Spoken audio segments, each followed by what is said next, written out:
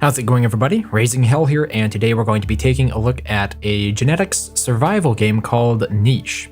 Now, despite the rather simplistic and touch-oriented interface here at the main menu, this game actually has a lot more complexity behind it. As the name kind of suggests, it's a game catered towards very niche interests. So if it doesn't appeal to you, don't be concerned. Now, I know the word can be pronounced niche, and I believe that is the United States pronunciation of it, but I've always preferred the more European or UK pronunciation of the word as niche. I think niche is just gentler sounding, for obvious reasons. So we're going to play a game that I started before. I've been playing this game for 2 hours and 39 minutes now. That map specifically, I've probably played a total of about 4 hours overall so far.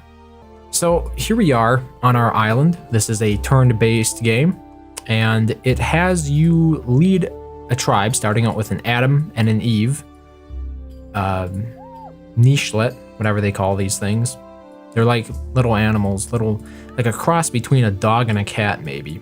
And I would say the major pitch as to why this is an interesting game or why you might want to play it is simply because of the challenge of engineering, so to speak, your tribe here of these nichelet animals to adapt to the various environments that they find themselves in. At the moment, we're in a very moderate environment. This is an environment that's very easy to survive in because you have a lot of grass, it's very temperate, there's plenty of food around, it's an easy area for them to thrive in. But as you progress further and further on, you're going to encounter less hospitable terrains. And the major challenge of the game is finding the correct genetics for your nichelets, so that way they'll be able to adapt to that environment and not only live in it, but also thrive in it. So I guess I'll just go along with how the game sort of starts. You start off with one of these nichelets. They travel to another island, a second island. This, per se, is the second island. And there you meet a mate, and you produce offspring. So all of these are rather inbred, I guess you could say. Pretty much all of these nichelets you see sitting around here are pretty much the result of a lot of inbreeding at this point. If we take a look at the family tree so far, you can see here are the characters I started out with. The starting character was called Adam, and the character that I met on the second island and was my mate was Eve. They're both dead now because they don't last very long. Nichelets do not last very long at all. Like if we take a look at one of the younger ones, I believe this one's still a baby. Let's see here.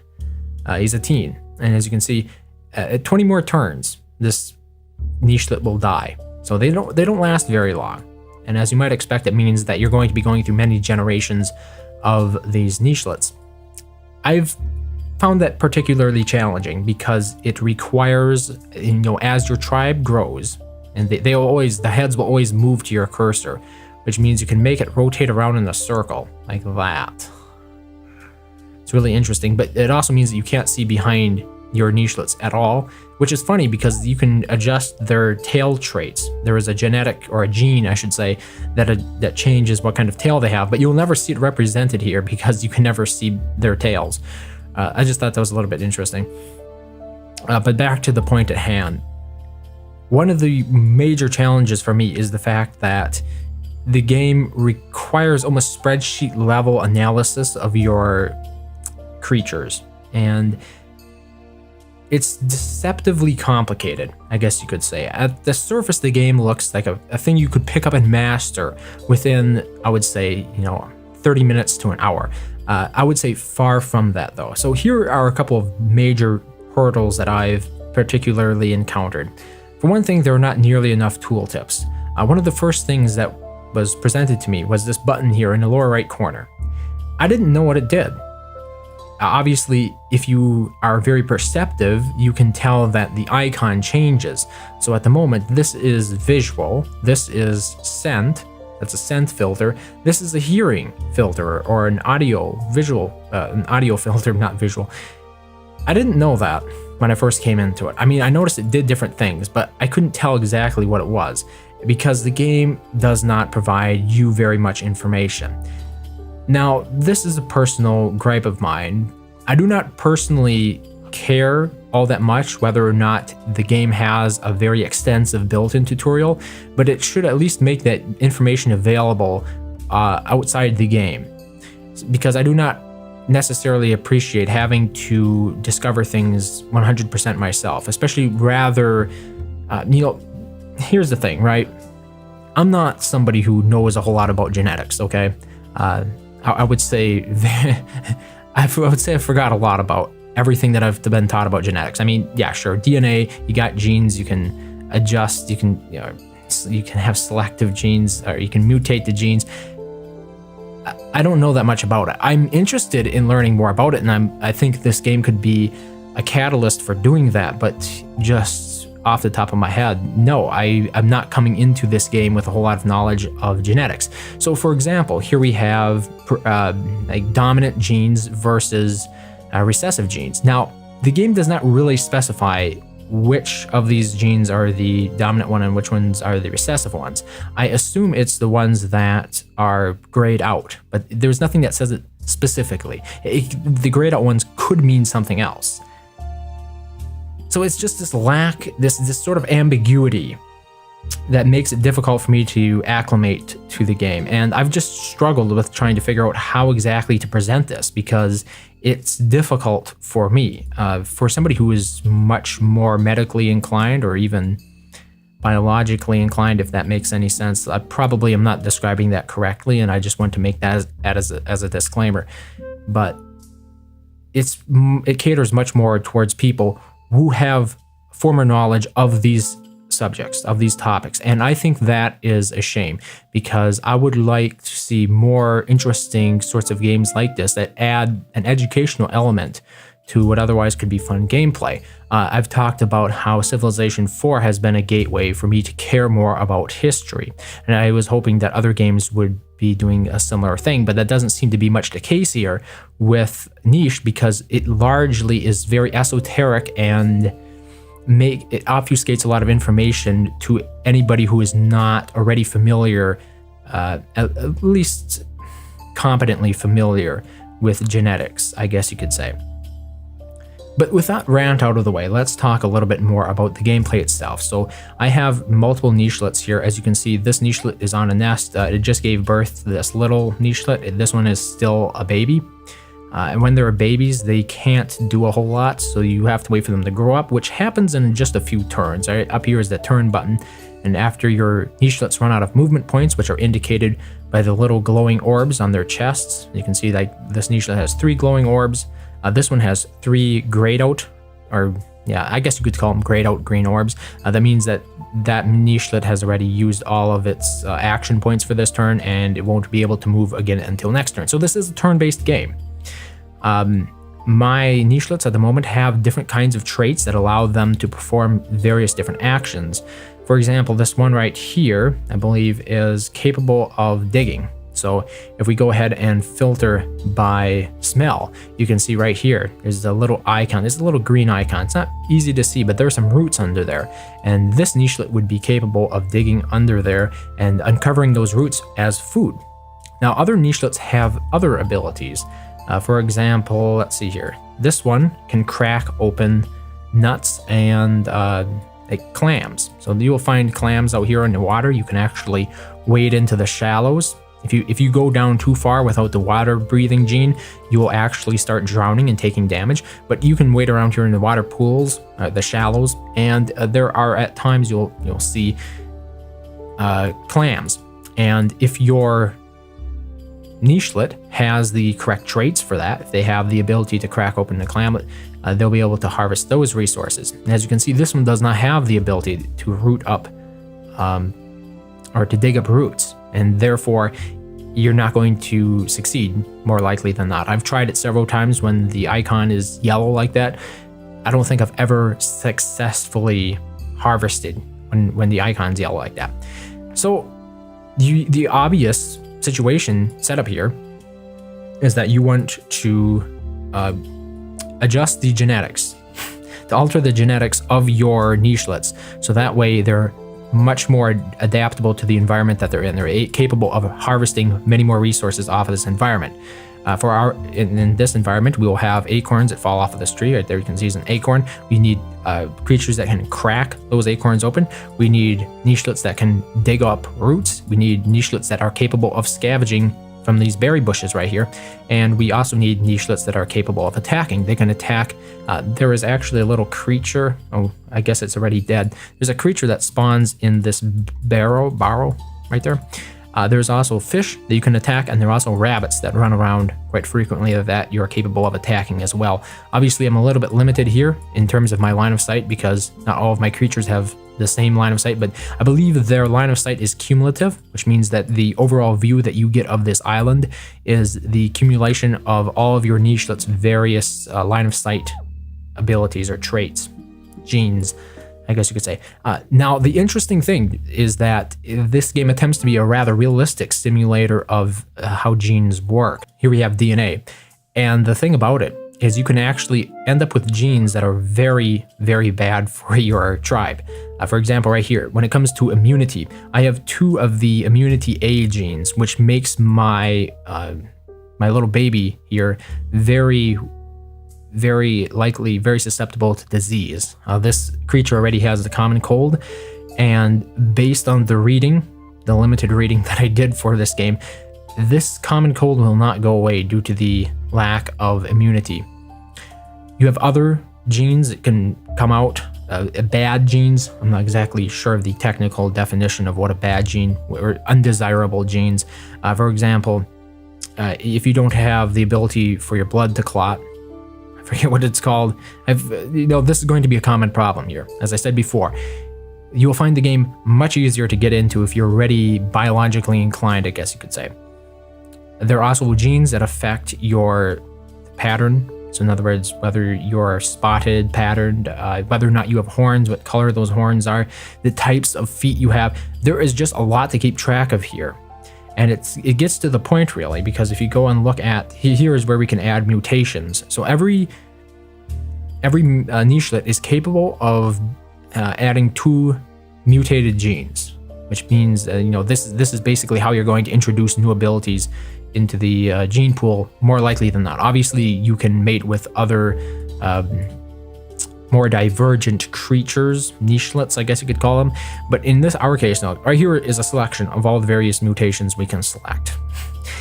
A lot of them are locked yet because I haven't met the prerequisite requirements here. For example, if we wanted to gain access to a round ears genetic mutation, we would have to invite animals with this gene to our tribe. But other ones actually have the ability for you to earn them yourself simply by spending time performing an action or being in an area. For example, water body, we would unlock this gene after swimming for 50 times, taking 50 separate swims. And once you select one that you like, for example, with this baby, I'm not even sure this will work, but if this one has offspring, we probably want to do something about the immunity. I mean, overall, I think this line is destined to fail because it doesn't have good immunity at all. But I mean, we could try to mutate one of their immunity genes towards something else. So we could select like I forget, what did this creature have? 2 A's. They're basically all the same, but we have A, B, C, and D. So we can select like C, do that. And we could make the second one D, I suppose. And we take a look here at the genetics. You'll notice they're still both A's. And I'm not sure if that's because these have both failed, or if they take a turn to activate, or if they're only passed down to future generations. I mean, this is one of the parts of the game that I still have not gotten to grips with, unfortunately. And from the reading that I have done, because I've been interested in this, I'm like just pointing out before, there are tons, I think there are a total of 21 different genetic modifications you can make to your nichelets, which adds up to a tremendous number of various options that you can end up with. And some of them are largely cosmetic, while other ones they really significantly impact the performance of your nichelets on the island or in the environment that they currently find themselves in. So just trying to figure out which ones are most beneficial would require you to do a lot of memorization, I feel. There's nothing obvious. They don't obviously point out to you what traits you're going to need to perform certain actions. For example, if I click on this nichelet right here, it points out the fact that I don't have the correct genetics to sufficiently uproot or dig into the ground here and get these roots out. But they don't suggest anything to me as to what I could mutate towards to actually improve that. And the tutorial is very unhelpful. They basically drop you after saying, yes, look, you can move the camera around. Yay, okay, I understand how to move the camera. Yeah, you can drag to move the camera like this. You can zoom in. Yes, we know all of this stuff, Sherlock. You know, these are the basics of pretty much any sort of strategy game, right? You don't need to tell us this. Tell us about the unique parts of the game. And in that case, it has everything to do with DNA here and how to modify the genetics, how to mutate them towards stuff that would actually benefit your tribe. And the game just drops you at that point. They have no interest in teaching you that at all. And I personally find that to be a travesty, because that is the most interesting part of the game. That's the part of the game that's the most complicated, but at the same time, it makes the game so unique. And it just seems to be a missed opportunity to not educate potential players as to that, because you risk, I mean, I understand the game is designed for a niche audience, but there is no reason why you couldn't branch out and try to be more general. You don't always have to sacrifice complexity. You just have to find a way to abstract complex information in a manner that allows people who are not familiar with that complexity to understand it. And I think that's what a good solid tutorial does. In this game, there is no such tutorial, and you gotta basically figure all that stuff out yourself if you're already not, like I said before, biologically inclined. I'm not sure if that is the best way to describe the person with that sort of disposition, but that's the word I'm using because I just don't know any better myself.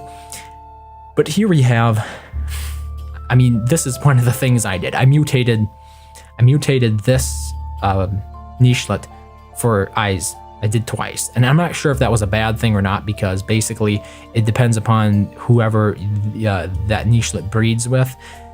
I just did both of them just to make sure. I wanted to make triple, double, quadruply sure that I actually got the normal eyes. So if you look at these, this was a parent and this was the father. This was the mother, this was the father of this little nichelet baby here who has bad genetics in terms of immunity.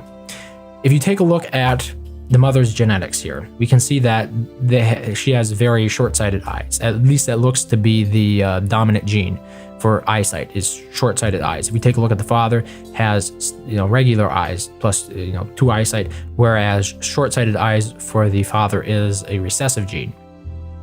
The baby, the offspring, has normal eyes. Now this could be partly because the father had normal eyes as a dominant gene, and it simply overrode the mother's genetics there. See, I mean, this is the part of it that I don't understand, and by and large, what ends up happening also, I think, from what I understand of the game anyway, is that some of this stuff is random. Like, you don't get to select which traits which genes are actually passed on. It's kind of random, which in my case, as somebody who cares more about strategy and game, stuff that can be replicated over multiple playthroughs, I think that makes me a little bit less enthusiastic about playing the game overall.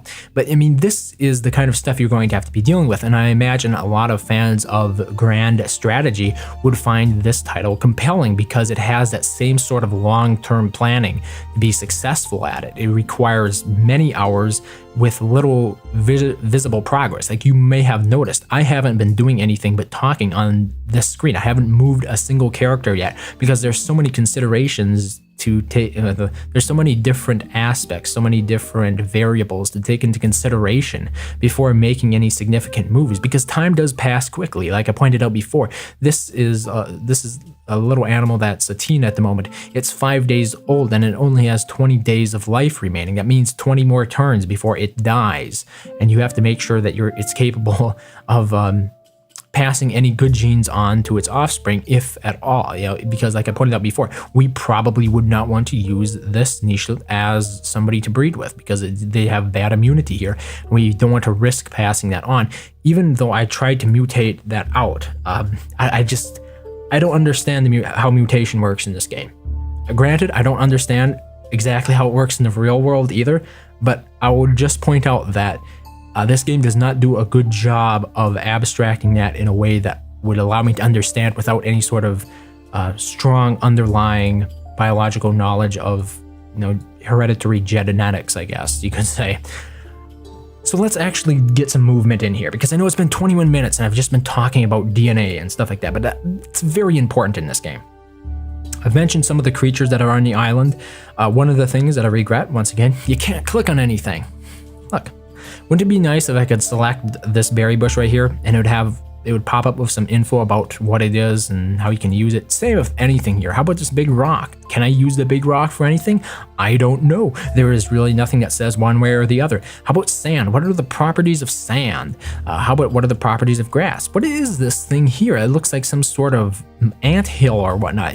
There are just so many little details that could be added to the game that would help me make more strategically informed decisions. And as somebody who is a fan of strategy games, that is what I'm looking for. I'm looking for the ability to actually be able to strategically plan my way around this world. I don't want it to be all just blind luck, I guess, is the point. I want to know that I can formulate a strategy that will work well in the vast majority of situations.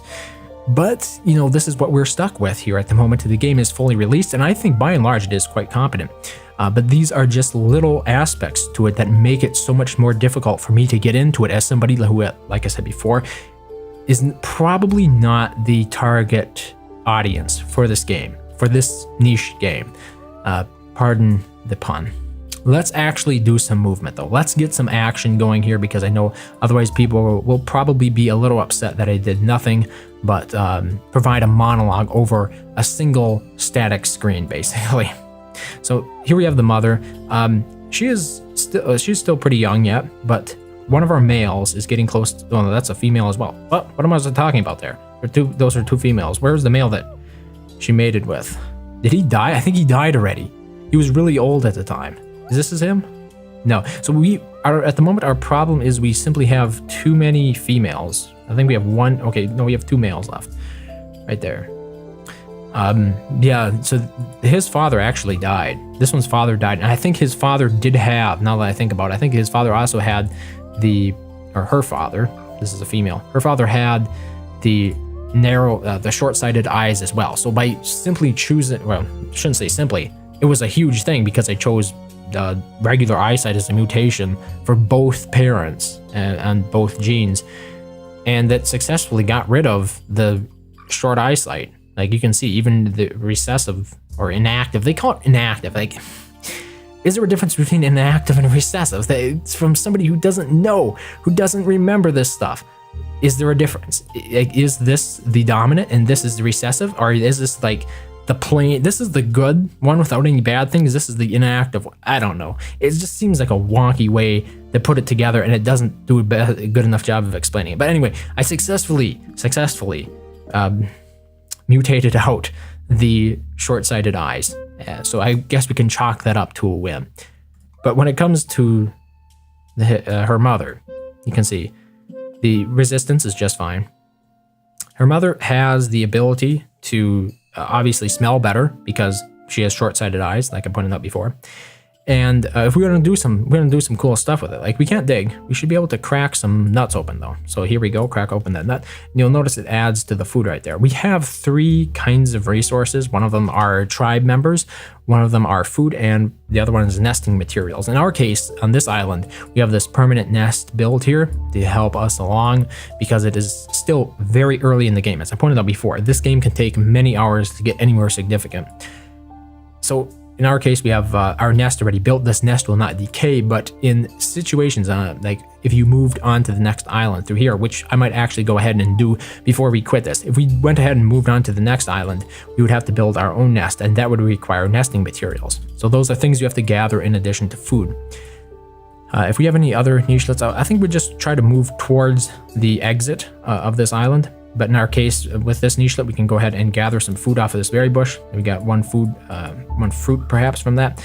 I think everybody else has pretty much moved for this turn. So wow, we'll finally go ahead and end our first turn.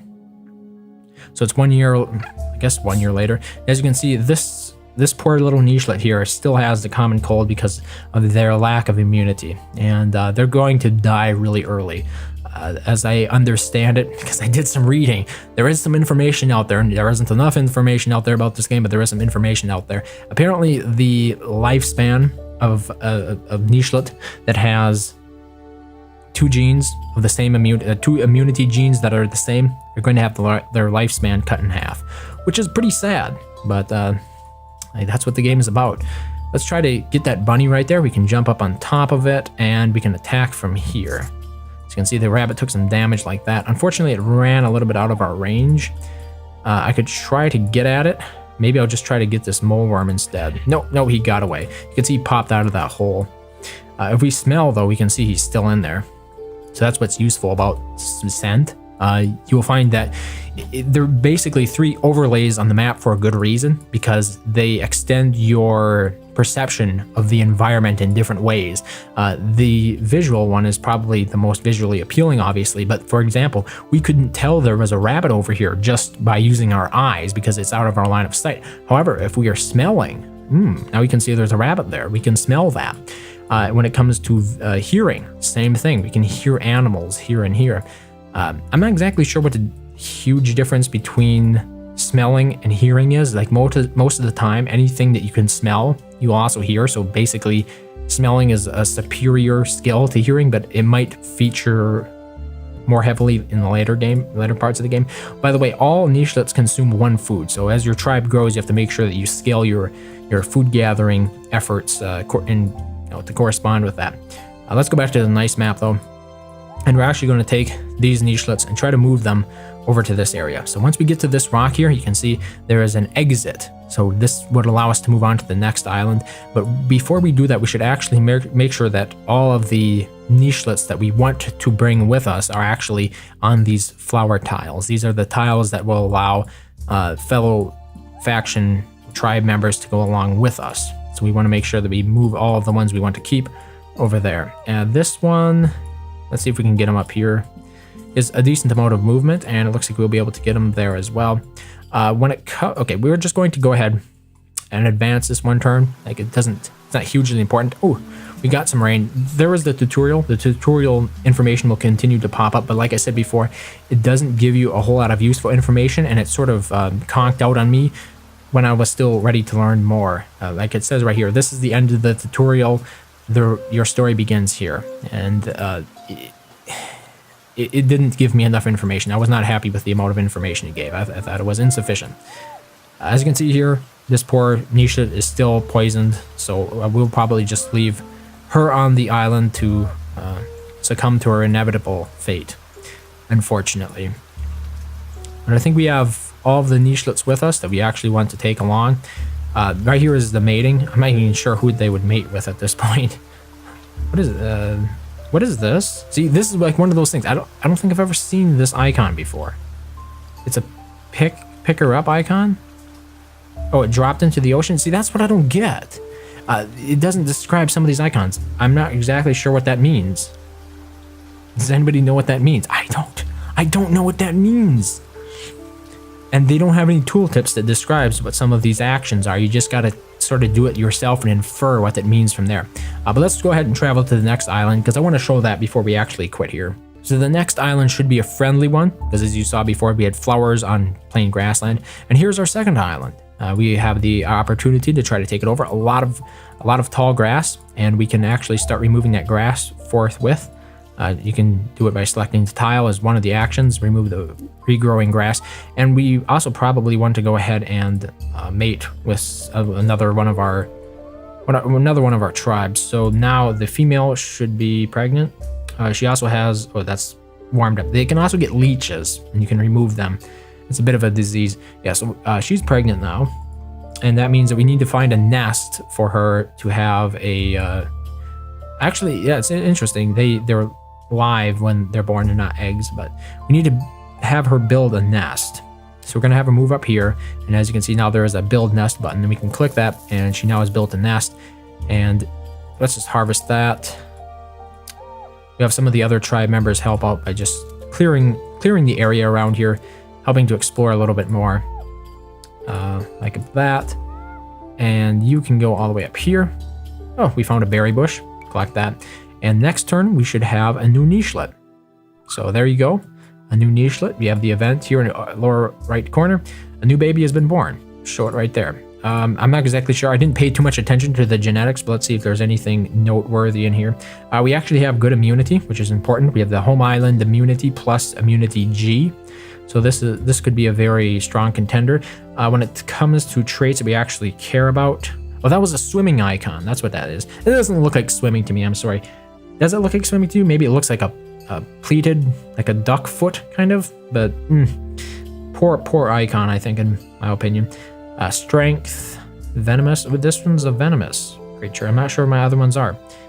I was just looking for something that I would use regularly, though. Poison fangs.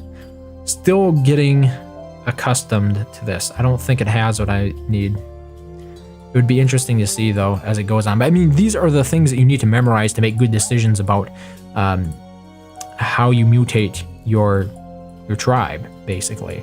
These are very important decisions that you have to make. And at the beginning of the game, before you really start understanding it, it's going to take, I think, a long time. If you're not, I mean, I've said it before, but if you're not familiar with this stuff, this kind of issue is going to take a long time before you start actually memorizing the 21 genes here and how they affect the creature's abilities, your nichelet's abilities.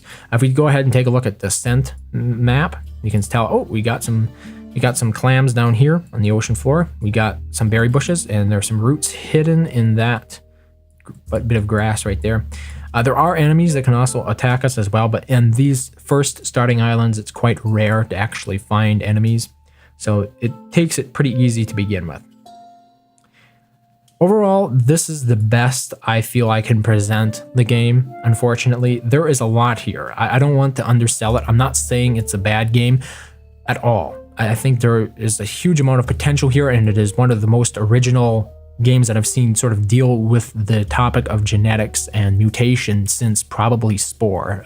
And that game came out in, what, 2008 or 2007? So it's been a long time since I've seen a game so extensively sort of handle or address the subject of genetics in the same kind of way. And I'm not the best at articulating the point, but I'm just pointing out that it's good. It's just I'm not good enough for it. I guess that would be a good way to put it. I'm not smart enough for it. This game can make you feel stupid if you don't know as much as you probably should about genetics. So that is Niche. I think it is a really interesting game, and I would like to see more games that are original like this, where it's not just what we've come to expect from strategy or even grand strategy. It really goes outside that, and I really don't have any better way to describe it. Unfortunately, my vocabulary fails me on this one to some extent, but this is my best effort that I've put towards it. And keep in mind that I've only played it for about 5 hours at this point, so there is a lot more for me to learn even now.